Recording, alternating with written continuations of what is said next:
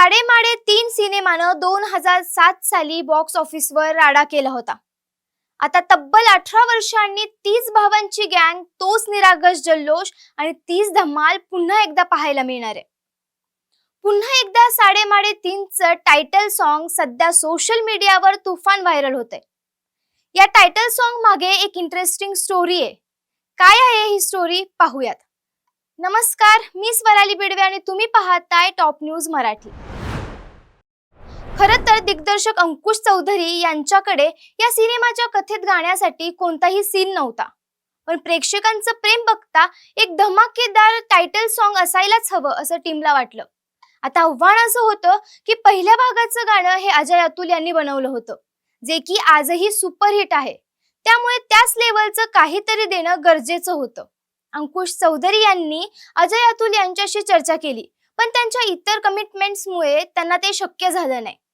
एका म्युझिक सेशनमध्ये अंकुश सरांनी सिनेमाची एक बॅकग्राऊंड ट्यून ऐकली आणि तिथूनच त्यांना ही आयडिया आली. त्यांनी ठरवलं की या ट्यूनवरच एक असं गाणं बनवूया जे रोमॅन्टिक नसेल तर भावांच्या निरागस नात्यावर आधारित असेल.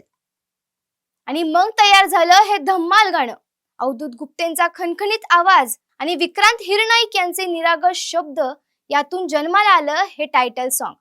यात रोमॅन्स नाही तर हे गाणं फक्त 3 भावांच्या मनमोकळ्या जल्लोष आणि तीच जुनी खट्याळ केमिस्ट्री आहे. नुसती गाणीच नाही तर यात अशोक सराफांचा स्वॅग, भरत जाधवांची एनर्जी आणि मकरंद अनासपुरे यांचा खट्याळपणा. सोबत सिद्धार्थ जाधव, रिंकू राजगुरू आणि संजय नार्वेकर या सिनेमात 4 चांद लावणार आहेत.